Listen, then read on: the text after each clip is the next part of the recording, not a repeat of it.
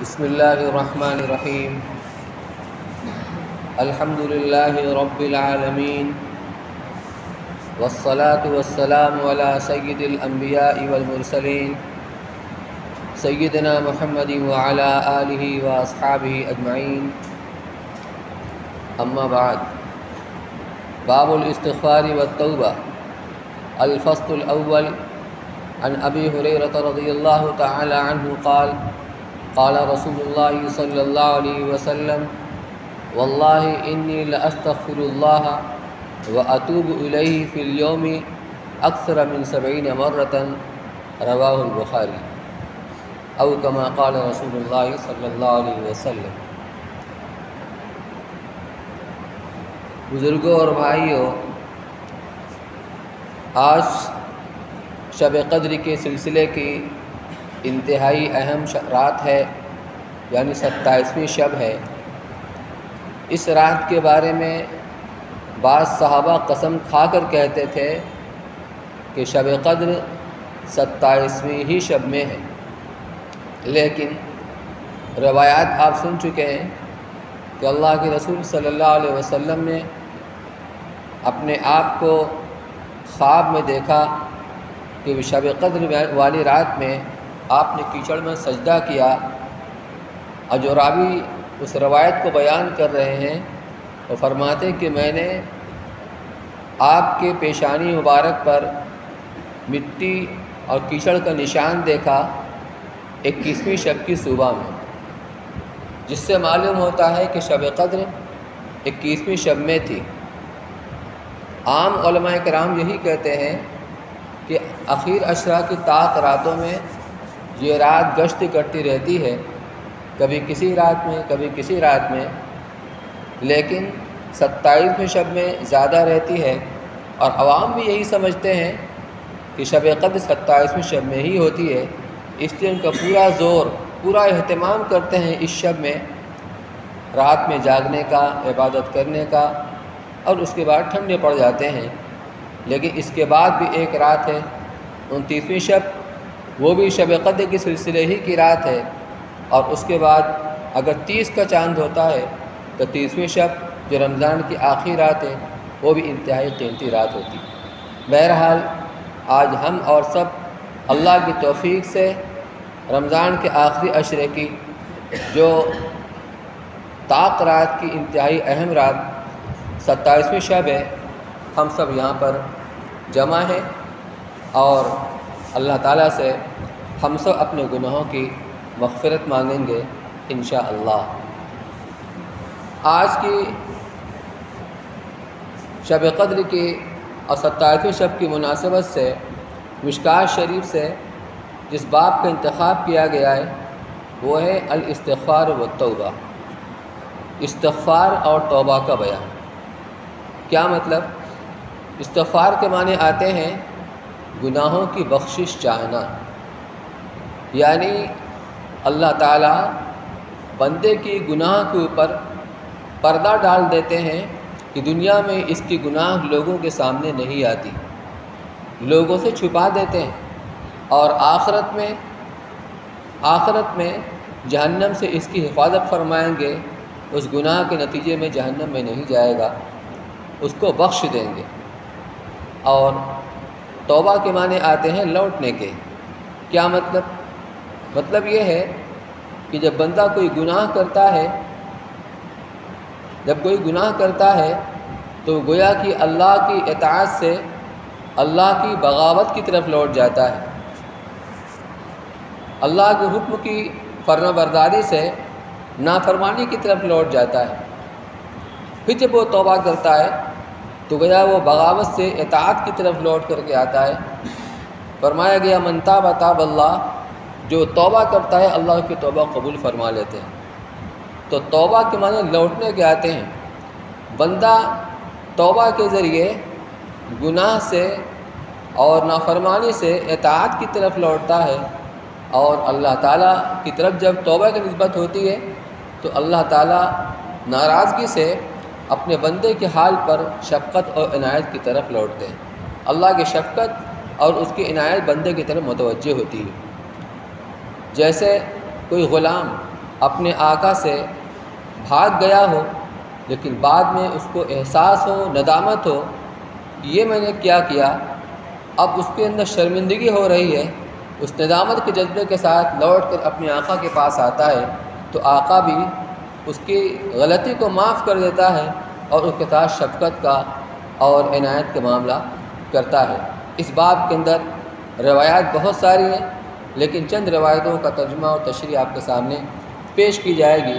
تو پہلی روایت حضرت ابو ہریرہ رضی اللہ تعالیٰ عنہ سے مروی ہے، فرماتے ہیں کہ رسول اللہ صلی اللہ علیہ وسلم نے ارشاد فرمایا کہ خدا کی قسم میں اللہ تعالیٰ سے روزانہ 70 سے زیادہ مرتبہ استغفار کرتا ہوں اور اس کے حضور میں توبہ کرتا ہوں۔ حضرت صلی اللہ علیہ وسلم کوئی بات بغیر قسم کے بھی اگر ارشاد فرمائے تو صحابہ کو یقین آ جائے گا، لیکن آپ قسم کھا کر اس کو فرما رہے ہیں اپنی بات کے اندر تاکید پیدا کرنے کے لیے۔ پھر یہ سوال پیدا ہوتا ہے، استغفار گناہوں کے بعد کیا جاتا ہے اور آپ تو گناہوں سے پاک اور معصوم ہیں، تو پھر استغفار کا مطلب کیا ہوتا ہے؟ تو اس کو سمجھ لینا چاہیے، توبہ مستقل عبادت ہے۔ توبوا الی اللہ جمیعا، تم سب کے سب اللہ سے توبہ کرو۔ توبہ کرنے کا حکم ہے امر کے صیغے کے ساتھ، تو توبہ کرنا، استغفار کرنا یہ مستقل عبادت ہے۔ پھر اللہ کے رسول صلی اللہ علیہ وسلم جو استغفار کر رہے ہیں گناہوں کی وجہ سے نہیں کر رہے ہیں، بلکہ مقام عبدیت کا جو نقطۂ عروج ہے، سب سے اونچا مقام ہے، آپ اس مقام کے اوپر فائز ہیں۔ اس مقام پر فائز ہوتے ہوئے آپ اللہ تعالیٰ کی جو عبادت اور بندگی کرتے ہیں اور آپ کو یہ سمجھ میں آتا ہے کہ جیسا اللہ کی عبادت کا حق تھا وہ ادا نہیں ہو سکا، یہ اس پر استغفار ہو رہا ہے۔ دوسری بات، امت کو یہ تعلیم بھی دینا ہے کہ جب نبی معصوم ہو کر اللہ تعالیٰ سے اتنی کثرت کے ساتھ استغفار کرتا ہے، توبہ کرتا ہے، تو امت جو کہ گنہگار ہے، قدم قدم پر اس سے گناہ ہوتے ہیں، اس کو کتنا اہتمام کرنا چاہیے۔ یہاں 70 کے معنی 70 کے آتے ہیں، 70 سے زیادہ مرتبہ۔ عربی کے اندر 70 کا عدد تحدید کے لیے نہیں ہوتا بلکہ تکثیر کے لیے ہوتا ہے۔ جیسے ہم اپنی زبان میں کہتے ہیں کہ سینکڑوں مرتبہ تم سے کہہ چکا ہوں، 50 مرتبہ تمہیں تاکید کر چکا ہوں، اس کا یہ مطلب ہرگز نہیں ہوتا ہے کہ اتنی مرتبہ گن کر، مقصد بار بار تم سے کہہ رہا ہوں، بار بار تاکید کر رہا ہوں، یہ مقصد ہے۔ تو کثرت کے ساتھ استغفار کرنا، یہ مغفرت بندے کے حق میں اللہ کی بہت بڑی نعمت ہے۔ روایت میں ایک جگہ آ رہا ہے کہ ابلیس نے اللہ تعالیٰ سے یہ کہا کہ پروردگار، تو نے مجھے اپنے دربار سے ذلیل کر کے نکال دیا، اس انسان کی وجہ سے میں تیری دربار سے نکالا گیا، تو میں تیری عزت کی قسم کھا کر کہتا ہوں کہ جب تک اس انسان کے جسم کے اندر جان ہے، روح ہے، یعنی بقید حیات ہے، چل رہا ہے، پھر رہا ہے، میں اس کو بہکانے کی پوری کوشش کروں گا۔ تو اللہ تعالیٰ نے اس کے جواب میں فرمایا، میرے عزت کی قسم، میرے بزرگی کی قسم، میری علو شان کی قسم، جب تک بندے مجھ سے توبہ کرتے رہیں گے میں بھی انہیں معاف کرتا رہوں گا۔ یہ کتنی امید افزا بات ہے، یہ اللہ کی کتنی بڑی نعمت ہے۔ انسان، ہم تو گناہوں کے پتلے ہیں، قدم قدم پر گناہ ہوتا ہے، شیطان ہمارے ساتھ لگا ہوا، نفس ہمارے ساتھ لگا ہوا، اور نفس یہ بہت بڑا شیطان ہے۔ ان اعداء عدوک بین جنبیک، کہ تمہارا سب سے بڑا دشمن وہ ہے جو تمہارے پہلو کے درمیان میں ہے، یعنی نفس انسانی، اور اس کی صفت یہ بیان کی گئی ہے ان النفس لامارۃ بالسوء، کہ نفس یہ گناہوں کا حکم کرتا رہتا ہے، یہ گناہوں کی ترغیب دیتا ہے۔ تو شیطان بھی ہے، نفس بھی ہے، ان دونوں کے درمیان میں ہم چل رہے ہیں تو گناہ تو ہو ہی جاتا ہے، اس لیے استغفار کرنا ہم سب کی سب سے بڑی ضرورت ہے۔ وعن ابی ذر رضی اللہ تعالیٰ عنہ قال رسول اللہ صلی اللہ علیہ وسلم فیما یروی عن اللہ تبارک و تعالی انہ قال یا عبادی انی حرمت الظلم علی نفسی وجعلت بینکم محرما۔ حضرت ابو ذر رضی اللہ تعالیٰ عنہ سے روایت ہے، فرماتے ہیں کہ اللہ کے رسول صلی اللہ علیہ وسلم اللہ سے روایت کرتے ہوئے فرماتے ہیں، اس کو حدیث قدسی کہا جاتا ہے کہ اس میں ارشاد تو اللہ کا ہوتا ہے لیکن الفاظ رسول اللہ صلی اللہ علیہ وسلم کے ہوتے ہیں۔ تو اللہ تعالیٰ فرماتے ہیں، وہ کیا فرماتے ہیں؟ یا عبادی انی حرمت الظلم علی نفسی، اے میرے بندو میں نے ظلم کو اپنے اوپر حرام کر رکھا ہے، یعنی میں ظلم نہیں کرتا، میں کسی پر ظلم نہیں کرتا کہ اس نے گناہ کیا ہو اس سے زیادہ لکھ لوں یا نیکی کیا ہے اس کو نہ لکھا جائے، ایسا نہیں ہے۔ میں نے اپنے اوپر ظلم کو حرام کر رکھا ہے، یعنی میں کسی پر ظلم نہیں کرتا۔ وجعلت بینکم محرما، اور میں نے ظلم کو تمہارے درمیان بھی حرام کر رکھا ہے کہ تم بھی آپس میں ایک دوسرے کے اوپر ظلم مت کرو، زیادتی مت کرو۔ فلا تظالموا، لہذا ایک دوسرے کے اوپر ظلم و زیادتی مت کیا کرو۔ یا عبادی کلکم ضال الا من ہدیتہ، اے میرے بندو تم سب کے سب گمراہ ہو، گم کرتا راہ ہو، الا من ہدیتہ، سوائے اس کے جس کو میں ہدایت سے نواز دوں۔ یعنی بندہ سیدھے راستے پر چلنے کے لیے قدم قدم پر اللہ کا محتاج ہے، اسی لیے ہر نماز میں اس کو تعلیم دی گئی ہے، ہر نماز میں اور ہر رکعت میں، چاہے وہ فرض ہو، واجب ہو، سنت و نفل ہو، جب اللہ سے مانگو ہدایت مانگو، کیونکہ بندہ ہدایت کا سب سے زیادہ محتاج ہے۔ اہدنا الصراط المستقیم۔ تو اللہ تعالیٰ بندے کو توفیق عطا فرماتے ہیں، بندے کے دل میں نیکی کا داعیہ پیدا فرماتے ہیں اور اس تک پہنچنے کی اور نیکی کو کرنے کی توفیق عطا فرماتے ہیں، تو بندہ نیکی کرتا ہے۔ اگر اللہ کی توفیق ہٹ جائے تو بندہ ایک عمل نہیں کر سکتا۔ جو کچھ کرتا ہے اللہ کی توفیق سے کرتا ہے۔ تو جس کو میں ہدایت دوں، جس کو میں سیدھے راستے پر چلاؤں، وہی سیدھے راستے پر چلے گا، ورنہ ہدایت سے وہ بچل جائے گا۔ حدیث سے فرمایا گیا کل مولود یولد علی الفطرہ، کہ ہر بچہ، ہر پیدا ہونے والا بچہ فطرت اسلام کے اوپر پیدا ہوتا ہے، فطرت سلیمہ پر پیدا ہوتا ہے۔ انسانی فطرت کیا ہے؟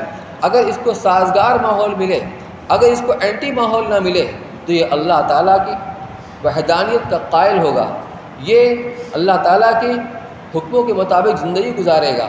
لیکن جب ماحول اس کو خلاف ملتا ہے، اینٹی ماحول ملتا ہے، تو اس ماحول سے متاثر ہو کر اس کا راستہ، اس کا رخ بدل جاتا ہے۔ تو کل مولود یولد علی الفطرہ، ہر بچہ فطرت اسلامی کے اوپر پیدا ہوتا ہے۔ فَأَبَوَاهُ يُهَوِّدَانِهِ أَوْ يُنَصِّرَانِهِ أَوْ يُمَجِّسَانِهِ، لیکن اس کے والدین ہیں، یہ بچہ جب آنکھ کھولتا ہے تو سب سے پہلے اپنے ماں باپ کی پرورش میں ان کے درمیان میں ہوتا ہے۔ والدین کے یہاں نام لیا گیا ہے لیکن مراد ماحول ہے۔ جس ماحول میں بچہ اپنی آنکھ کھولتا ہے اور اس کا شعور جب اس کا بڑھتا ہے تو اس کے والدین اس کو یہودی بناتے ہیں اگر وہ یہودی ہوتے ہیں، نصارہ بناتے ہیں اگر وہ نصارہ ہوتے ہیں، مجوسی بنا دیتے ہیں اگر وہ مجوسی ہوتے ہیں۔ جیسے والدین ہوتے ہیں، جیسا گھر کا ماحول ہوتا ہے، بچہ وہی بنتا ہے اس ماحول کے اثر سے متاثر ہو کر کے۔ لیکن اللہ تعالیٰ اس کو پیدا کرتے ہیں فطرت صحیح کے اوپر۔ تو تم سب کا سب گمراہ ہو سوائے اس کے جس کو میں ہدایت دوں۔ فاستہدونی اہدکم، لہذا تم مجھ سے ہدایت مانگا کرو، میں تمہیں ہدایت دوں گا۔ جب ہم ہر چیز کے اندر اللہ کے محتاج ہیں، اپنی تمام ضرورتوں کو پوری کرنے میں اللہ کے محتاج ہیں، دنیا کی بھی اور آخرت کی بھی، اسی میں ہدایت بھی ہے، تو ہم کا حکم یہ ہے کہ تم اللہ سے مانگو، مجھ سے ہدایت مانگو، میں تمہیں ہدایت دوں گا۔ یا عبادی کلکم جائع الا من اطعمتہ، اے میرے بندو تم سب کے سب بھوکے ہو، یعنی تم سب کے سب کھانا کے محتاج ہو۔ بھوکے ہونے کا مطلب کھانا کے محتاج ہو۔ الا من اطعمتہ، سوائے اس کے جس کو میں کھانا دوں، جس کو میں کھانے کی چیز دوں۔ انسان کی خوراک و غذا کیا ہے؟ یہ غلہ ہے اور اسی طریقے سے ترکاریاں ہیں، گوشت ہے۔ یہ کون پیدا کرتا ہے؟ اللہ تعالیٰ بادلوں کا نظام چلاتے ہیں اور پانی برساتے ہیں، زمین سے غلہ اگاتے ہیں، ترکاریاں نکلتی ہیں، پھل نکلتے ہیں۔ اسی طریقے سے مویشی کو اللہ پیدا فرماتے ہیں۔ یہ انسان کی غذا ہے اور اللہ تعالیٰ اس نظام کو چلا رہے ہیں اور اس سے غذا کا انتظام ہو رہا ہے۔ یہ کون انتظام کرتا ہے؟ اللہ تعالیٰ انتظام کرتے ہیں۔ خود قرآن کے اندر فرمایا گیا افرأیتم ما تحرثون اانتم تزرعونہ ام نحن الزارعون، یہ بھلا بتاؤ جو تم کھیتی کرتے ہو تو تم غلہ تم اگاتے ہو کہ ہم اگاتے ہیں؟ زمین سے کون نکالتا ہے اسے؟ ایک آم کی گٹلی ہے، جب زمین کے اندر اس کو دبا دیا، اب اس کے اندر کوپل نکلی، اب وہ ذرا بڑی ہوئی، اب پودا ہوا، پھر درخت ہوا، پھر بڑا ہوا، اس کے اوپر ہزاروں آم آتے ہیں۔ یہ آم کہاں سے آتے ہیں؟ یہ اللہ کے خزانے سے آ رہے ہیں، اللہ کے خزانے سے آ رہے ہیں، یہ اللہ کا نظام چالو ہے۔ بتاؤ جو تم کھیتی کرتے ہو تو غلہ تم اگاتے ہو کہ ہم اگاتے ہیں؟ لو نشاء لجعلناہ حطاما، اگر ہم چاہیں تو اس کو چورا چورا کر دیں۔ یہ سب کچھ اللہ تعالیٰ کر رہے ہیں، تو تم سب کے سب بھوکے ہو، یعنی کھانا کے محتاج ہو، الا من اطعمتہ، سوائے اس کے جس کو میں کھانا دوں۔ فاستطعمونی اطعمکم، لہذا تم مجھ سے کھانا مانگو، میں تمہیں کھانا دوں گا، میں تمہیں کھانا کھلاؤں گا۔ یا عبادی کلکم عار الا من کسوتہ، حضرت موسیٰ علیہ السلام جب مصر سے بھاگ کر کے مدین پہنچے اور وہاں لوگ کنویں پر اپنے جانوروں کو، مویشیوں کو پانی پلا رہے تھے، تو دیکھا کہ دو عورتیں ہیں، وہ اپنے جانور کو کھینچ رہی ہیں، کنارے کی طرف روک رہی ہیں، حالانکہ وہ بھی پیاسے تھے۔ تو ان سے پوچھا کہ کیا بات ہے، کیوں اپنے جانور کو کھینچ رہی، تم نے کیوں نہیں ان کو پانی پلاتی؟ تو کہا ہم عورتیں ہیں، ہمارے گھر میں کوئی مرد نہیں ہے، ہمارے باپ ہیں وہ بوڑھے ہیں، جب یہ لوگ پانی پلا کے چلے جاتے ہیں تو ہم جا کر پانی پلاتے ہیں۔ تو موسیٰ علیہ السلام نے پانی کھینچ کر ان کے بکریوں کو پلایا، اس کے بعد ایک درخت کے نیچے بیٹھ گئے، تھکے تھے، ماندے تھے، بھوکے پیاسے، کہا رب لما انزلت علی من خیر فقیر، پروردگار آپ جو روزی میرے پاس بھیج دیں میں اس کا محتاج ہوں۔ ایک روٹین چل رہی ہے، بازار گئے، سامان خرید لیا، گھر میں پکوا لیا، کھا لیا، لیکن ذرا ادھر سے رسی ٹائٹ ہوتی ہے، سمجھ میں آ جاتا ہے کیا ہوا، لیموں کا بھاؤ چڑھ گیا، کیوں؟ پیداوار کم ہو گئی، جو بھی وجہ ہوئی۔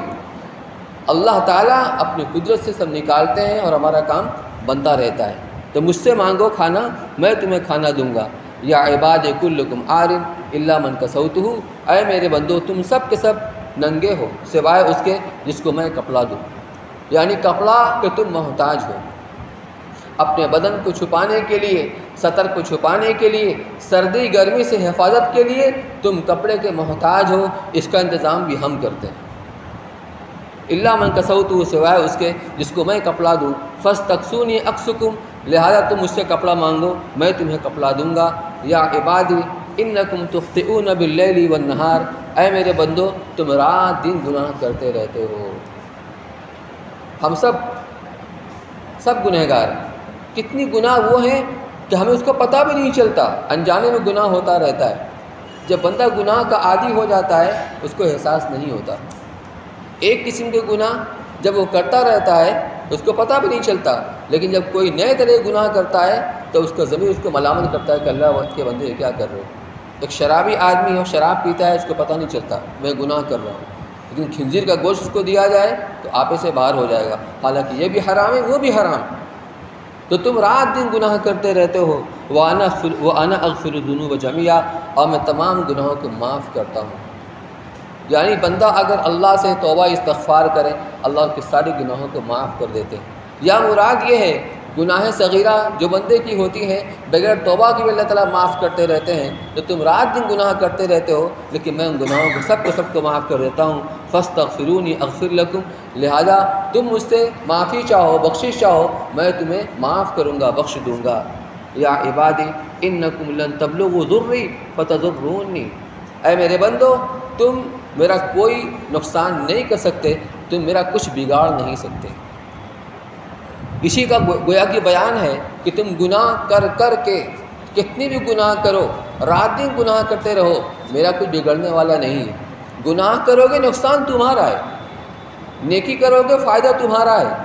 نیکی کرنے سے میرا کوئی فائدہ نہیں، تمہارے گناہ کرنے سے میرا کوئی نقصان نہیں، کچھ بگاڑ نہیں سکتے ہو۔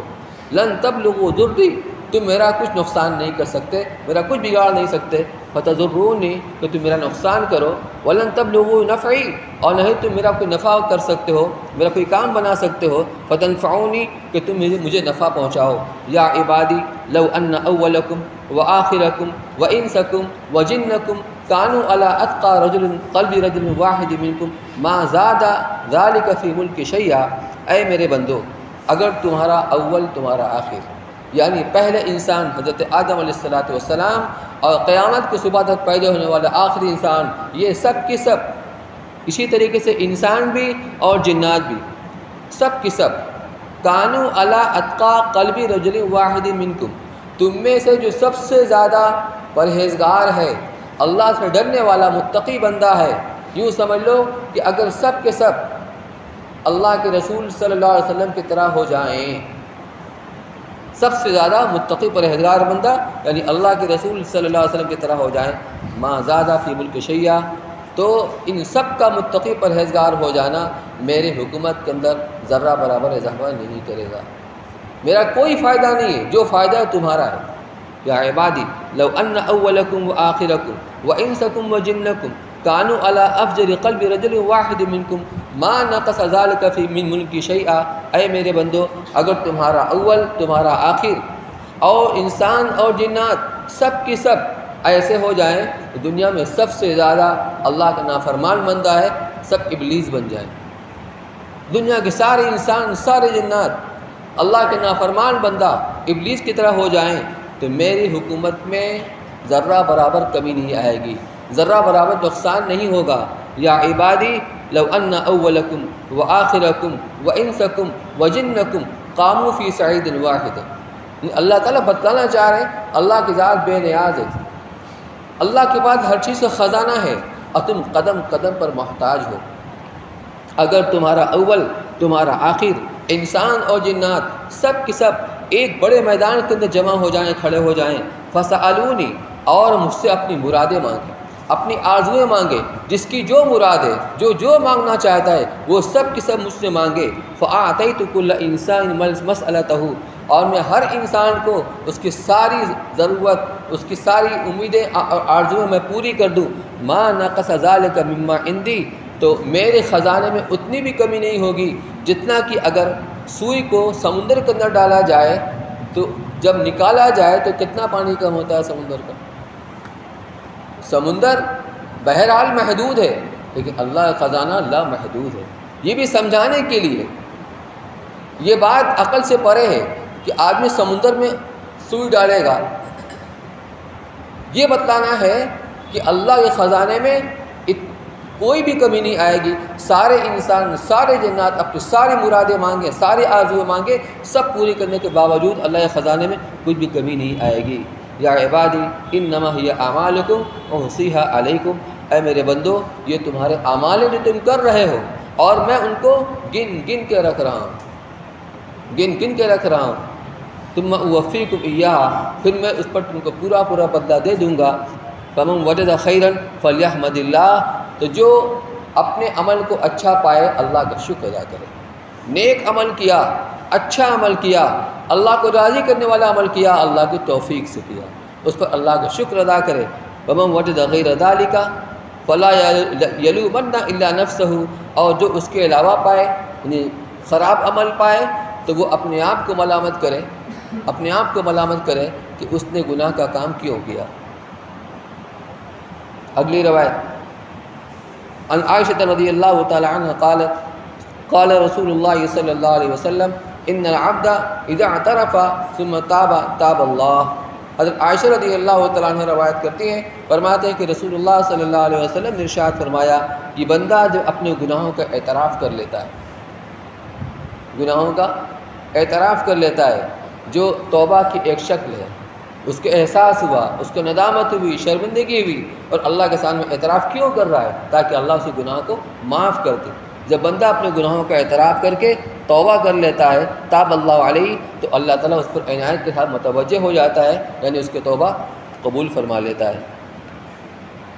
عن انس رضی اللہ تعالیٰ عنہ قال قال رسول اللہ صلی اللہ علیہ وسلم للہ اشد فرحا بتوبۃ عبدہ حین یتوب الیہ من احدکم کان راحلته بارض فلات فانفلتت منه وعليها طعامه وشرابه فأيس منها۔ حضرت انس رضی اللہ تعالیٰ عنہ روایت کرتے ہیں، فرماتے ہیں کہ رسول اللہ صلی اللہ علیہ وسلم نے ارشاد فرمایا کہ جب بندہ اللہ سے توبہ کرتا ہے، گناہ تو ہو ہی جاتا ہے، کلکم خطاؤن وخیر الخطائین التوابون، گنہگار تو سب کے سب ہیں، لیکن بہترین گناہ گار وہ ہے جو گناہ ہو جانے کے بعد اللہ سے توبہ کر لے۔ تو جب بندہ اس سے گناہ ہو گئی اور جب اللہ سے توبہ کرتا ہے تو اللہ اس کی توبہ سے اتنا خوش ہوتے ہیں، اتنا خوش ہوتے ہیں۔ مثال دیا حدیث پاک کے اندر کہ جیسے کوئی شخص جنگل بیابان کے اندر اپنی اونٹنی کو لے کر کے اور سفر کر رہا ہو، اور پھر راستے میں ایک جگہ اس نے پڑاؤ کیا اور آرام کرنے کے لیے وہ لیٹا، تو کیا دیکھتا ہے کہ اس کی اونٹنی جس پر اس کا توشہ تھا، کھانا پانی دوسری ضروریات تھی، اس کی اونٹنی وہاں سے غائب ہو گئی۔ جنگل بیابان کے اندر، خاص طور سے ریگستان کے اندر، دور دور تک آبادی کا اتا پتہ نہیں ہوتا ہے، انسانوں کا اتا پتہ نہیں ہوتا ہے، کھلا جنگل ہوتا ہے، ریگستان ہوتا ہے۔ اگر اونٹ اس کو کھلا چھوڑ دیا گیا تو اس کا ملنا مشکل ہو جاتا ہے۔ تو اونٹ کو جب چلاتے ہیں تو جب اس کو بیٹھاتے ہیں پڑاؤ کرنے کے لیے تو اسے گھٹنا موڑتا ہے تو گھٹنے میں ایک رسی ڈال دیتے ہیں، اس کو عقال کہتے ہیں، جس کو ہم گڈلی کے تعبیر کرتے ہیں۔ تو اب وہ اپنا گھٹنا کھول نہیں سکتا تو گویا کہ وہ بندھ گیا، اور جب اس کو کھولنا چاہتے ہیں تو اس رسی کو نکال کر اپنے سر پر رکھ لیتے ہیں اور پھر اس کو سواری کر کے یا اس کو پیدل اس کے ساتھ چلتے رہتے ہیں۔ تو کوئی شخص جنگل بیابان کے اندر اپنی اونٹنی کو لے کے سفر کر رہا تھا اور درمیان میں اس نے آرام کرنے کے لیے پڑاؤ کیا اور اونٹنی کو چھوڑ دیا، لیکن جب اس کی آنکھ کھلی تو دیکھتا ہے کہ اونٹنی وہاں سے غائب ہے۔ اب اس کو تلاش کرتے ہوئے ادھر مارا پھرتا ہے، ادھر مارا پھرتا ہے، چاروں طرف تھک ہار کر کے ایک درخت کے نیچے وہ بیٹھ جاتا ہے، مغموم، غمزدہ، پریشان حال کہ دیکھیے اب کیا ہوتا ہے، اب بالکل مایوس ہو جاتا ہے کہ اب تو موت یقینی ہے، اب تو موت یقینی ہے۔ لیکن ابھی وہ بیٹھا ہوا ہے اور یہ سوچ کر غمزدہ ہے اور اس کی آنکھ لگ جاتی ہے۔ پھر جب اس کی آنکھ کھلتی ہے تو کیا دیکھتا ہے کہ اس کی اونٹنی سامنے ہے۔ یہ دیکھ کر وہ اتنا خوش ہوتا ہے، کہاں تو موت کا انتظار کر رہا تھا، کہاں زندگی سامنے کھڑی نظر آ رہی ہے، تو وہ مارے خوشی کہتا ہے کہ اے اللہ، یقیناً میں تیرا رب ہوں، تو میرا بندہ ہے۔ تو مارے خوشی کہ اس کی زبان کام نہیں کرتی ہے اور کہنا کچھ چاہ رہا ہے، زبان سے کچھ نکل رہا ہے۔ جتنی خوشی اس بندے کو اس وقت ہوتی ہے کہ کہاں موت نظر آ رہی تھی، کہاں زندگی سامنے کھڑی ہوئی ہے۔ فرمایا جب کوئی بندہ گناہ ہو جانے کے بعد اللہ سے توبہ کرتا ہے تو اللہ تعالیٰ اس سے زیادہ خوش ہوتے ہیں۔ للہ اشد فرحا بتوبۃ عبدی، کہ اللہ تعالیٰ اپنے بندے کی توبہ سے اس سے کہیں زیادہ خوش ہوتے ہیں جب وہ اللہ سے توبہ کرتا ہے۔ جیسے کوئی شخص ایک جنگل بیابان کے اندر اپنے سواری کے ساتھ جا رہا ہو اور پھر اس کی سواری وہاں سے چھوٹ جائے، بھاگ جائے، وہ علیہ طعام و شراب ہو، جس کو اس کا کھانا بھی ہے، اس کا پانی بھی ہے، فآئس منہا، اور اس اونٹنے کے چلے جانے کے بعد وہ مایوس ہو جائے، فأتی شجرۃ، اور مایوس ہو کر کے تھک ہار کر کے ایک درخت کے پاس آئے، فاستجاع فی ظلھا، اور آنے کے بعد اس کے سائے کے اندر لیٹ گیا، قد ایس من راحلتہ، اپنے سواری سے مایوس ہو کر کے، فبینما ہوا کذالک، اسی درمیان میں جب کہ مایوس ہو کر وہاں پڑا ہوا تھا، اذ ہوا بہا قائمۃ عندہ، تو کیا دیکھتا ہے کہ اچانک اس کی اونٹنی سامنے آ کر کھڑی ہوئی ہے، فاخذ بختامھا، اس نے اس کی مہار کو پکڑا، ثم قال من شدت الفرح، اور پھر مارے خوشی کے وہ کہنے لگا، اللہم انت عبدی وانا ربک، اے اللہ تو میرا بندہ ہے، میں تیرا رب ہوں، اخطا من شدت الفرح، مارے خوشی کے اس کی زبان سے یہ جملہ الٹ کے نکل گیا، غلط نکل گیا۔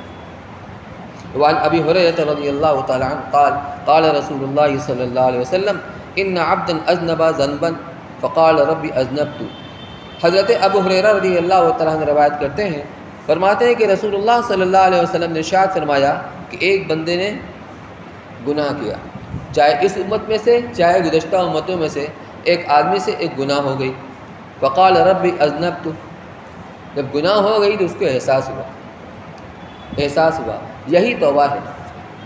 آدمی سے گناہ ہو جانے کے بعد دل میں ندامت پیدا ہو جائے، احساس پیدا ہو جائے، اس کا ضمیر اس کو ملامت کرنے لگے کہ اللہ کے بندے تم نے یہ کیا کیا، اس کو ندامت ہو رہی، تو اسی کا نام توبہ ہے۔ توبہ میں 3 چیز پائی جاتی ہے، جب تینوں چیز کا مجموعہ پایا جائے گا تو توبہ کے اس پر تحقق ہوگا، اس پہ اطلاق ہوگا کہ جو گناہ اس نے کیا ہے اس سے اپنے آپ کو علیحدہ کرے، دوسرے دل کے اندر سچی ندامت پیدا ہو، اور تیسرے آئندہ نہ کرنے کا پختہ عزم کرے، یہی توبہ کی حقیقت ہے۔ تو اس نے کہا جب گناہ ہو گیا تو کہا رب اذنبت، پروردگار مجھ سے یہ گناہ ہو گیا، فاغفرہ، لہذا آپ اسے معاف کر دیجئے۔ فقال ربہ اعلم عبدی ان لہ ربا یغفر الذنب، تب اللہ تعالیٰ اس کے اس عمل سے خوش ہو کر فرشتوں کی بزم میں فرماتے ہیں کیا میرا بندہ جانتا ہے اس کا کوئی رب بھی ہے جو اس سے گناہوں کو معاف کرتا ہے، ویاخذ بھی، اور اس کو مواخذہ کرتا ہے؟ کیا میرا بندہ جانتا ہے کہ اس کا کوئی رب ہے جو گناہوں کو معاف بھی کر سکتا ہے اور اس پر گرفت بھی کر سکتا ہے؟ غفرت لعبدی، جاؤ میں نے اپنے بندوں کو معاف کیا۔ کتنا اللہ کو یہ بات پسند ہے، تھوڑا سا انابت ہوئی اللہ کی طرف، تھوڑی توجہ ہوئی اللہ کی طرف، پروردگار مجھ سے غلطی ہو گئی، مجھ سے گناہ ہو گیا، اللہ تعالیٰ فرماتے ہیں غفرت لعبدی، میں نے اپنے بندوں کو معاف کر دیا۔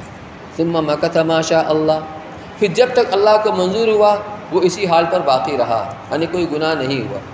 لیکن انسان ہے نسیان، بھول چوک لگی رہتی ہے، پھر گناہ ہو گیا۔ ثم اذنب ذنبا، پھر اس سے گناہ ہو گیا، قال رب اذنبت ذنبا فاغفرہ، پھر اس نے وہی کہا کہ پروردگار مجھ سے گناہ ہو گیا، یہ غلطی ہو گئی، اے پروردگار تو اسے معاف کر دے۔ فقال اعلم عبدی ان لہ ربا یغفر الذنب، پھر اللہ تعالیٰ فرشتوں کے وزن میں فرماتے ہیں کیا میرا بندہ جانتا ہے کہ اس کا کوئی رب ہے جو گناہوں کو معاف کرتا ہے اور اس پر گرفت بھی کرتا ہے؟ غفرت لعبدی، جاؤ میں نے اپنے بندے کے گناہ کو معاف کر دیا۔ ثم مکث ما شاء اللہ، پھر جب تک اللہ کو منظور ہوا وہ اسی حال پر رہا کہ کوئی گناہ نہیں کیا۔ ثم اذنب ذنبا، پھر اس سے گناہ ہو گیا، قال ربی اذنبت ذنبا آخر فاغفرہ لی، پروردگار مجھ سے پھر گناہ ہو گیا، آپ اسے معاف کر دیجئے۔ فقال اعلم عبدی ان لہ ربا یغفر الذنب ویاخذ بہ، پھر اللہ تعالیٰ فرماتے ہیں کیا میرا بندہ جانتا ہے کہ اس کا کوئی رب ہے جو گناہوں کو معاف بھی کرتا ہے اور اس پر گرفت بھی کرتا ہے؟ غفرت لعبدی، میں نے اپنے بندوں کو معاف کیا، فلیفعل ما شاء، جو چاہے کرے، یعنی جب تک وہ استغفار کرتا رہے گا، اللہ تعالیٰ سے اپنے گناہوں کی معافی چاہتا رہے گا، جو چاہے عمل کرے، توبہ کرے گا ہم معاف کریں گے، توبہ کرے گا ہم معاف کریں گے۔ تو یہ کتنی امید والی حدیث ہے اور روایت ہے۔ عن انس رضی اللہ تعالیٰ عنہ قال قال رسول اللہ صلی اللہ علیہ وسلم قال اللہ تعالیٰ یا ابن آدم انک ما دعوتنی ورجوتنی غفرت لک علی ما کان فیک ولا ابالی۔ حضرت انس رضی اللہ تعالیٰ عنہ روایت کرتے ہیں، فرماتے ہیں کہ رسول اللہ صلی اللہ علیہ وسلم نے ارشاد فرمایا کہ اللہ تعالیٰ فرماتے ہیں اے ابن آدم انک ما دعوتنی ورجوتنی، تم جب بھی مجھے پکارو گے اور مجھ سے امیدیں وابستہ کرو گے، یعنی مجھ سے امید لگا کر تم کو پکارو گے، مجھ سے استغفار کرو گے، اپنے گناہوں کی معافی چاہو گے، غفرت لک علی ما کان فیک ولا ابالی، میں سب معاف کر دوں گا، مجھے کوئی پرواہ نہیں ہوگی۔ جب اللہ کی رحمت جوش کے اندر آتی ہے تو جھٹکے کے اندر سب کی سب معاف ہو جایا کرتی ہے۔ حج کے بیان میں آتا ہے، فضائل حج میں شیخ رحمۃ اللہ نے لکھا ہے، وہ حدیث نقل کی ہے کہ عرفات کے میدان میں جب حجاج کرام اللہ تعالیٰ سے آہوزاری میں مصروف ہوتے ہیں، دعاؤں کے اندر مشغول ہوتے ہیں، اور اللہ تعالیٰ کی رحمت انتہائی جوش کے اندر ہوتی ہے، اللہ نزول اجلال فرماتے ہیں، یعنی اللہ کی رحمت انتہائی جوش کے اندر ہوتی ہے، تو ارشاد ہوتا ہے اے میرے بندو، اگر تمہاری گناہ بارش کے قطروں کے برابر ہوں، اگر تمہاری گناہ سمندر کی جھاگ کے برابر ہوں، اگر تمہاری گناہ دنیا کے درختوں کے پتوں کے برابر ہوں، اگر تمہاری گناہ ذرات کے برابر ہوں، جاؤ میں نے سب معاف کر دیا۔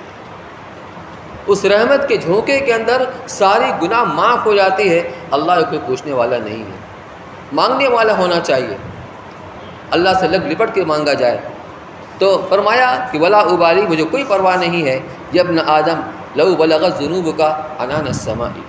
آگے اللہ نے فرمایا اے ابن آدم، اگر تمہارے گناہ اتنی ہو جائیں، بڑھتے بڑھتے بڑھتے بڑھتے بڑھتے آسمان کے کناروں کو چھونے لگے، فرض کیجئے دنیا میں سیلاب آ جائے اور پانی کی سطح بڑھے اور بڑھتے بڑھتے بڑھتے بڑھتے بڑھتے ساری مخلوق زیر آب ہو جائے، ادھر بھی آسمان ہے کنارہ، ادھر بھی آسمان ہے کنارہ، اللہ تعالیٰ فرماتے ہیں کہ اے ابن آدم، اگر تیری گناہ بڑھتے بڑھتے بڑھتے بڑھتے آسمان کے کناروں کو چھونے لگیں، ثم استغفرتنی، لیکن پھر تم مجھے اخلاص کے ساتھ اور سچے دل سے تم مجھ سے استغفار کرو، مجھ سے اپنے گناہوں کی معافی چاہو، غفرت لک ولا ابالی، میں سب معاف کر دوں گا، مجھے کوئی پرواہ نہیں۔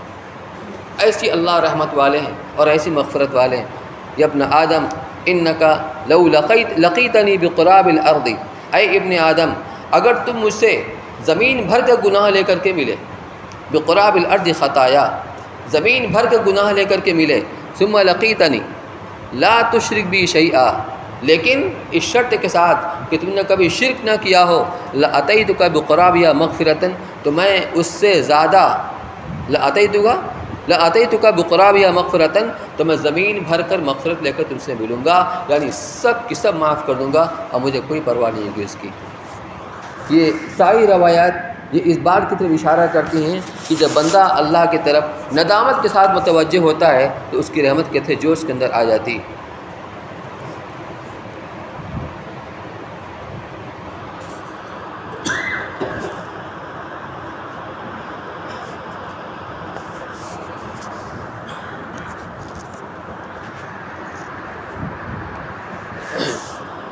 ایک اور روایت یہاں نظر نہیں آ رہی ہے، اس کا خلاصہ یہ ہے کہ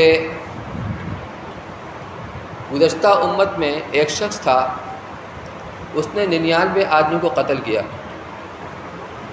99 آدمیوں کو قتل کیا، اور قتل کرنے کے بعد اس کے دل کے اندر ندامت اور شرمندگی کا احساس پیدا ہوا، یہ میں کیا کر رہا ہوں، یہ کام مجھے نہیں کرنا چاہیے تھا۔ اب احساس اتنا زیادہ ہوا تو دل کے ہاتھوں مجبور ہو کر اب اپنی توبہ کے لیے وہ چلا کہ کسی عالم کے پاس جایا جائے، کسی جانکار کے پاس، اور اس کے ہاتھ پر توبہ کی جائے۔ چنانچہ وہ ایک راہب کے پاس گیا اور جا کر اس سے کہا کہ میں نے 99 آدمیوں کو قتل کیا ہے، حل لی من توبۃ، تو کیا میری توبہ قبول ہوگی؟ توبہ کی کوئی شکل ہے، کوئی راستہ ہے؟ اس نے کہا 99 قتل توبہ، لا، تمہاری توبہ قبول نہیں ہوگی۔ اس نے اس کو بھی قتل کر دیا، 100 کا عدد پورا ہو گیا، لیکن وہ دل کے اندر جو ایک ندامت تھی وہ بڑھتی ہی گئی، وہ بے چینی بڑھتی ہی گئی کہ کسی طرح میری توبہ ہو جائے۔ اب وہ لوگوں سے پوچھتے پاچھتے کسی ایسے عالم کے پاس پہنچا جس نے حکمت سے اس کو سمجھایا کہ تم ایسا کرو، فلاں بستی میں چلے جاؤ اور وہاں ایک عالم ہیں، ان کے پاس جاؤ تو وہ تمہاری توبہ کا طریقہ تمہیں بتائیں گے۔ چنانچہ اسی جذبے کے تحت اب وہ اس بستی کی طرف چلا، خدا کرنا ایسا ہوا راستے میں اس کی موت آ گئی۔ جب اس کی موت ہوئی اور گرتے گرتے وہ سینے کے بل اس رخ پر جہاں جا رہا تھا وہ تھوڑا سا ایک بالش آگے بڑھ گیا گھسٹ کر کے۔ اب ملک الموت کے ساتھ جو فرشتے آتے ہیں، جو نیک لوگوں کی روح کو لینے کے لیے جو فرشتے آتے ہیں وہ بھی آ گئے، اور جو گنہگاروں کی روح لینے کے لیے آتے ہیں وہ فرشتے بھی آ گئے، اور آپس میں وہ لڑائی ہونے لگی، جھگڑا ہونے لگا۔ نیک ارواح کو لے جانے والے فرشتے وہ یہ کہہ رہے تھے یہ توبہ کی نیت سے چلاتا، اور توبہ کی حقیقت یہی تو ہے کہ دل کے اندر ندامت پیدا ہو جائے، لہٰذا اس کو ہم لے کر کے جائیں گے۔ اور جو بری ارواح لے کر جانے والے فرشتے تھے انہوں نے کہا کہ اس نے 100 آدمیوں کو قتل کیا ہے، ابھی توبہ تو اس نے کی نہیں ہے، لہٰذا اس کو ہم لے کر کے جائیں گے۔ اللہ تعالیٰ کے یہاں یہ مقدمہ گیا تو اللہ تعالیٰ نے اس زمین کو جس طرف وہ جا رہا تھا، جس بستی میں وہ جا رہا تھا، اس بستی سے فرمایا کہ تقربی، تو قریب آ جا، اور جس بستی کی طرف سے وہ چلا تھا اور جہاں وہ گر کے مرا تھا اس بستی کو کہا کہ تو دور ہو جا۔ تو حقیقت میں وہ بستی جہاں سے وہ چلا تھا مرنے کی جگہ سے وہ قریب تھی، اور جہاں اس کو پہنچنا تھا وہ بستی دور تھی، لیکن اللہ تعالیٰ نے حکم دیا، وہ زمین سمٹ گئی، یہ زمین پھیل گئی۔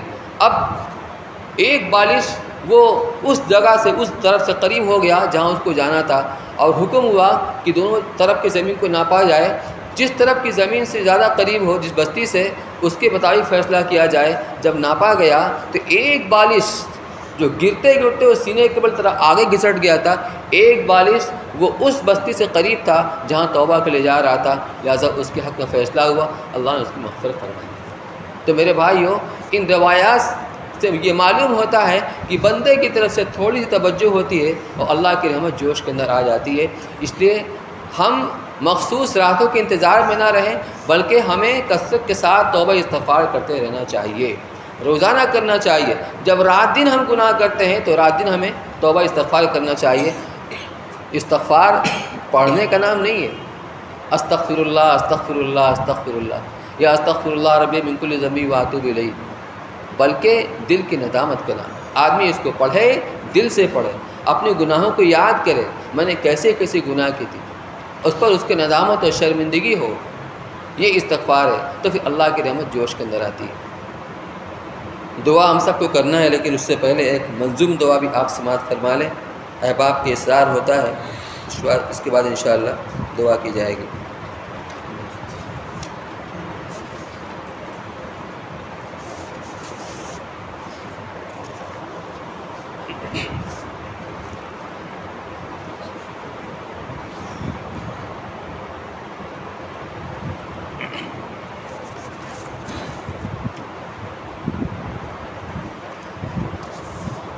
ہر خطا پہ شرمسار ہوں میں، اے خدایا گنہگار ہوں میں، ہر خطا پہ شرمسار ہوں میں، اے خدایا گنہگار ہوں میں، جان کر بوجھ کر جو کیا ہے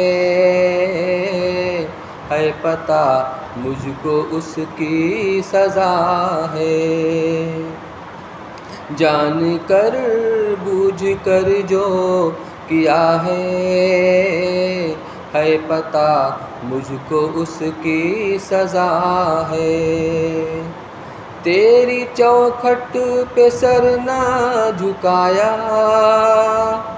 بس زمانے کو اپنا بنایا، تیری چوکھٹ پہ سر نہ جھکایا، بس زمانے کو اپنا بنایا، تیری رحمت ہی تو آسرا ہے، تجھ سے کہنے کو کچھ نہ بچا ہے، میرے سجدوں پہ ایسی نظر کر، میرے سجدوں پہ ایسی نظر کر، میں اندھیروں میں ہوں تو سحر کر، ان دعاؤں میں ایسا اثر دے، رب کعبہ مجھے معاف کر دے، ان دعاؤں میں ایسا اثر دے، رب کعبہ مجھے معاف کر دے، ہر خطا پہ شرمسار ہوں میں،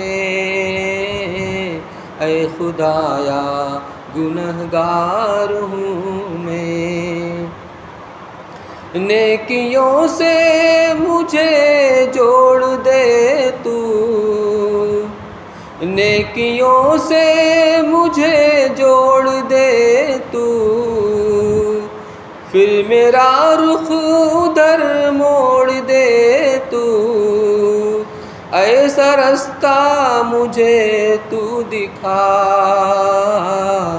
ہر خطا پہ شرمسار ہوں میں، اے خدایا گنہگار ہوں میں، ماں سے بڑھ کے ہے پیار تیرا، ماں سے بڑھ کے ہے پیار تیرا، اور تیرے سوا کون میرا، گر نہ جاؤں مجھے تو اٹھا،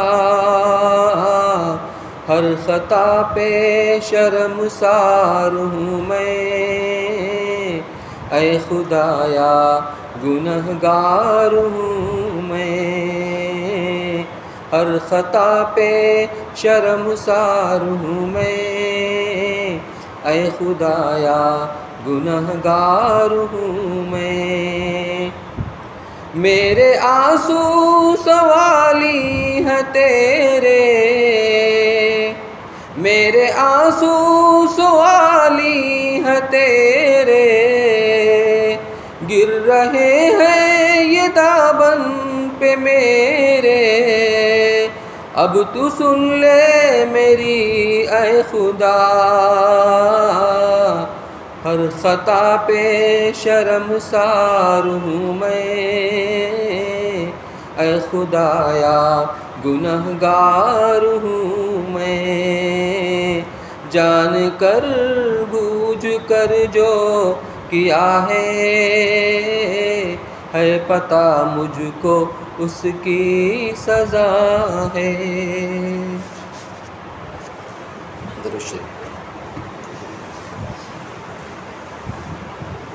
بسم اللہ الرحمن الرحیم، الحمد للہ رب العالمین، الرحمن الرحیم، مالک یوم الدین، ایاک نعبد و ایاک نستعین، اهدنا الصراط المستقیم، صراط الذین انعمت علیہم غیر المغضوب علیہم ولا الضالین۔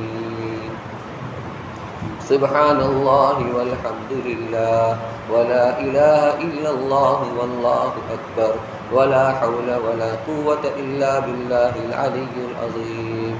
سبحان اللہ وبحمدہ سبحان اللہ العظیم، سبحان اللہ وبحمدہ سبحان اللہ العظیم، سبحان اللہ والحمد للہ ولا الہ الا اللہ واللہ اکبر ولا حول ولا قوة الا باللہ العلی العظیم۔ لا الہ الا اللہ الاحد الصمد الذی لم یلد ولم یولد ولم یکن له کفوا احد۔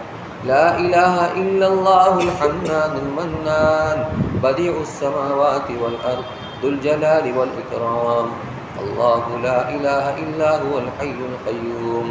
الف لام میم، اللہ لا الہ الا هو الحی القیوم، وعنت الوجوہ للحی القیوم، لا الہ الا انت سبحانک انی کنت من الظالمین، لا الہ الا انت سبحانک انا کنا من الظالمین۔ اللہم انت ربی انت حسبی، حسبنا اللہ ونعم الوکیل، نعم المولا ونعم النصیر۔ اللہم انت ربی لا الہ الا انت خلقتنی وانا عبدک وانا علی عہدک ووعدک ما استطعت، اعوذ بک من شر ما صنعت، ابوء لک بنعمتک علی وابوء بذنبی فاغفر لی فانہ لا یغفر الذنوب الا انت۔ اللہم یا اول الاولین، یا آخر الآخرین، یا ذا القوة المتین، یا راحم المساکین، یا ارحم الراحمین۔ ظلمنا انفسنا وان لم تغفر لنا وترحمنا لنکونن من الخاسرین۔ اللہم صل علی محمد وعلی آل محمد كما صليت على إبراهيم وعلى آل إبراهيم إنك حميد مجيد۔ اللهم بارك على محمد وعلى آل محمد كما باركت على إبراهيم وعلى آل إبراهيم إنك حميد مجيد۔ اللهم صل على سيدنا محمد وعلى آل سيدنا محمد صلاة تنجنا من جميع الأهوال والآفات وتقضي بها لنا جميع الحاجات وتطهرنا بها من جميع السيئات وترفعنا بها عندك أعلى الدرجات وتبلغنا جميع اللهم إنا نسألك العفو والعافية واليسر والمعافاة الدائمة في الدين والدنيا والآخرة. توفنا مسلمين والحقنا بالصالحين غير خزايا ولا مفتونين. اللهم يا ربنا ويا سيدنا ويا غاية رغبتنا ويا خالق أنفسنا، ظلمنا أنفسنا وإن لم تغفر لنا وترحمنا لنكونن من الخاسرين. ربنا ظلمنا أنفسنا وإن لم تغفر لنا وترحمنا لنكونن من الخاسرين. ربنا لا تؤاخذنا إن نسينا أو أخطأنا، ربنا ولا تحمل علينا إصرا كما حملته على الذين من قبلنا، ربنا ولا تحملنا ما لا طاقة لنا به، واعف عنا واعف عنا واعف عنا واغفر لنا وارحمنا، واعف عنا واغفر لنا وارحمنا، أنت مولانا فانصرنا على القوم الكافرين. اللهم إني ظلمت نفسي ظلما كثيرا ولا يغفر الذنوب إلا أنت، ولا يغفر الذنوب إلا أنت، فاغفر لي مغفرة من عندك وارحمني إنك أنت الغفور الرحيم. اللهم اغفر لنا ذنوبنا كلها، ما قدمنا وما أخرنا وما أسررنا وما أعلنا وما أسرفنا وما أنت أعلم به منا، أنت المقدم وأنت المؤخر، لا إله إلا أنت، إنك على كل شيء قدير. لا إله إلا الله الحليم الكريم، سبحان الله رب العرش العظيم، الحمد لله رب العالمين. نسألك موجبات رحمتك وعزائم مغفرتك والعصمة من كل ذنب والغنيمة من كل بر والسلامة من كل إثم. لا تدع لنا ذنبا إلا غفرته يا أرحم الراحمين، ولا هما إلا فرجته، ولا كربا إلا نفسته، ولا ضرا إلا كشفته، ولا دينا إلا أديته، ولا مريضا إلا شفيته، ولا مبتلا إلا عافيته، ولا حاجة من حوائج الدنيا والآخرة لك فيها رضا ولنا فيها نجاح إلا قضيتها ويسرتها يا أرحم الراحمين، يا أرحم الراحمين، يا أرحم الراحمين. اللهم إنا نسألك رضاك والجنة ونعوذ بك من غضبك والنار.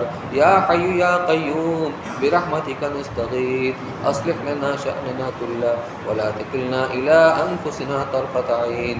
ربنا هب لنا من أزواجنا وذرياتنا قرة أعين واجعلنا للمتقين إماما. ربنا اصرف عنا عذاب جهنم إن عذابها كان غراما إنها ساءت مستقرا ومقاما.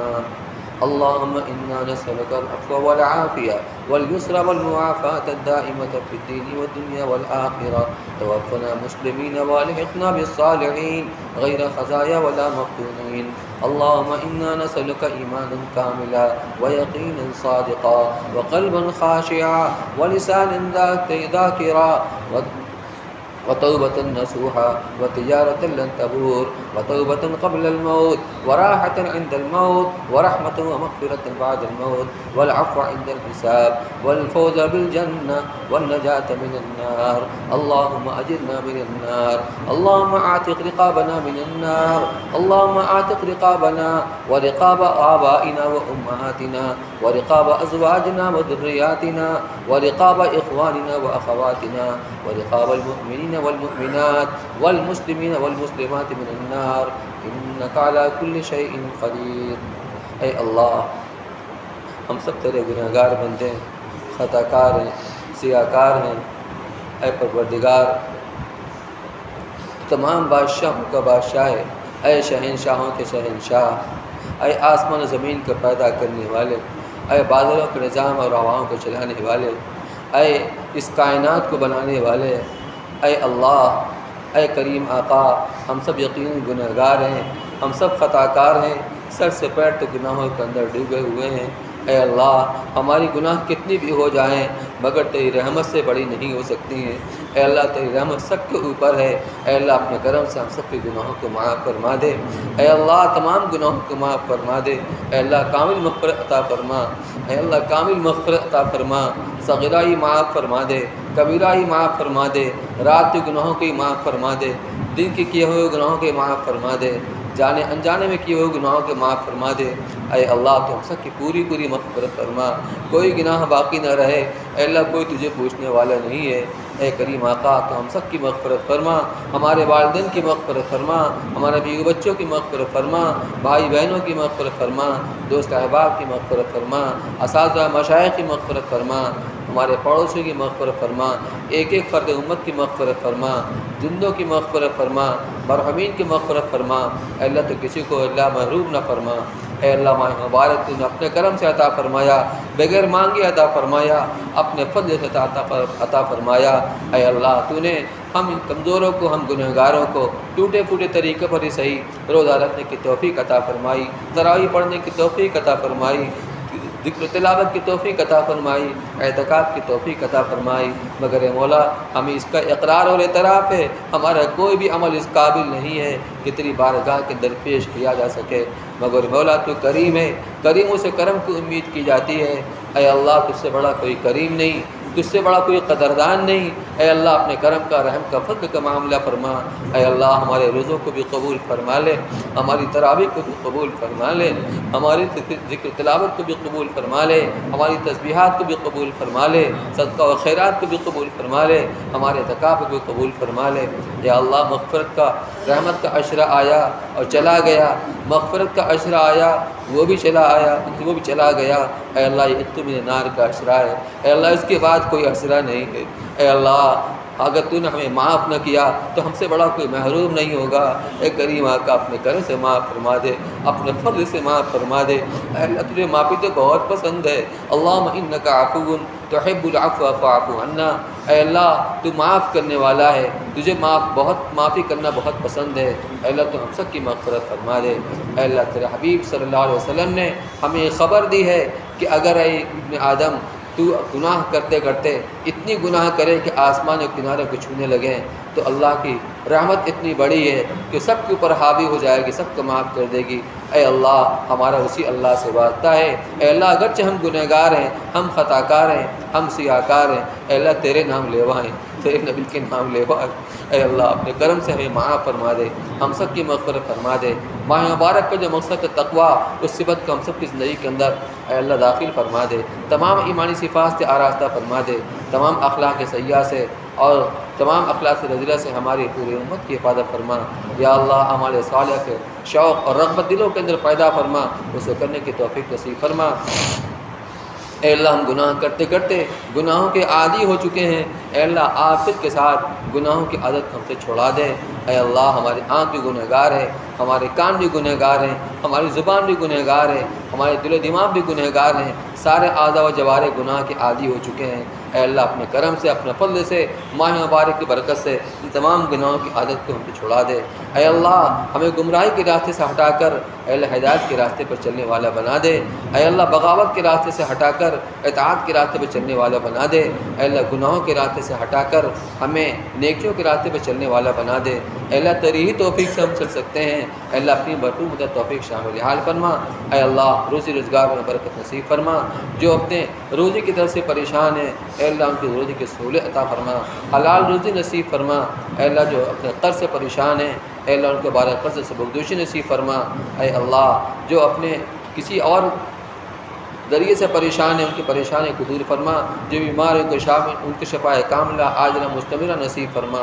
اے اللہ بہت سے لوگوں نے ہم سے دعا کے لیے کہا ہے یا ہم میں سے کسی سے کہا ہو، ان کے تمام جائز مرادوں کو اور ان کی تمام جائز تمناؤں کو اپنے لطف و کرم میں پوری فرما۔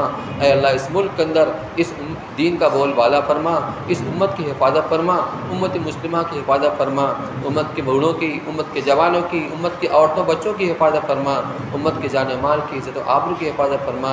اے اللہ دینی شاعر کی حفاظت فرما، اے اللہ ہمارے مدارس کی حفاظت فرما، مساجد کی حفاظت فرما، دینی مراکز کی حفاظت فرما، دینی خانقاہوں کی حفاظت فرما، دین اور دین کا کام کرنے والوں کی حفاظت فرما۔ اے اللہ اپنے لطف کا، کرم کا، رحم کا، فضل کا آپ کے معاملہ فرما۔ اے اللہ اس ماہ مبارک کو ہم سب کی زندگی میں صالح انقلاب کا ذریعہ بنا دے۔ اے اللہ ہماری اولاد کی بھی صالح اور نیک بنا دے، ہماری بیوی بچوں کی بھی صالح اور نیک بنا دے۔ اے اللہ اپنے بھلے بندوں میں شامل فرما لے۔ اے اللہ آج کی رات تیرے نیک بندے جہاں بھی تجھ سے دعاؤں کے اندر مشغول ہیں، ان کی دعا میں ہمارا حصہ نصیب فرما، ہماری دعا میں ان کا حصہ نصیب فرما، اور جن جن شروع سے پناہ چاہتے ہیں ہمیں بھی اس سے پناہ نصیب فرما۔ اللہم انا نسألک من خیر ما سألک منہ نبیک سیدنا مولانا محمد صلی اللہ علیہ وسلم، ونعوذ بک من شر ما استعاذک منہ نبیک سیدنا مولانا محمد صلی اللہ علیہ وسلم، انت المستعان وعلیک البلاغ ولا حول ولا قوة الا باللہ العلی العظیم۔ الہ العالمین، شب قدر کی رات کے سلسلے کی انتہائی اہم رات ہے، اگر آج ہی کی رات کی شب قدر کی رات ہے ہمیں اس کی مقبول عبادت کی توفیق نصیب فرما، اور اگر شب قدر گزر چکی ہے تو ان خوش نصیب لوگوں کے اندر ہمارا حصہ نصیب فرما۔